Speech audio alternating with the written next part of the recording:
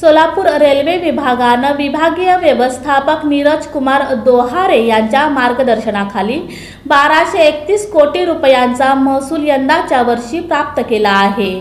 Solapur railway विभागाचे विभागीय व्यवस्थापक नीरज कुमार दोहारे यांच्या मार्गदर्शनाखाली सोलापूर रेल्वे विभागात महसुलाची ऐतिहासिक नोंद झाली आहे। सोलापूर विभागातील क्रियाशील असणाऱ्या सर्व अधिकारी वर्ग आणि कर्मचारी यांच्या प्रयत्नातून सोलापूर विभागानं 2023-24च्या आर्थिक वर्षपूर्तीचं लक्ष्य गाठून अधिकतम कमाई केली आहे। यंदाच्या वर्षी महसुलीची नोंद ही 1231.77 कोटी रुपये इतकी झाली आहे। हे उत्पन्न मागील आर्थिक वर्षाच्या उत्पन्नाच्या 11.50% वाढ असून सोलापूर रेल्वे विभागाच्या आजवरच्या महसूल नोंदीच्या यादीत हे उत्पन्न सर्वाधिक आहे। ही माहिती मध्य रेल्वे सोलापूर विभागाकडून प्रसिद्धी पत्रकाद्वारे जारी करण्यात आली आहे।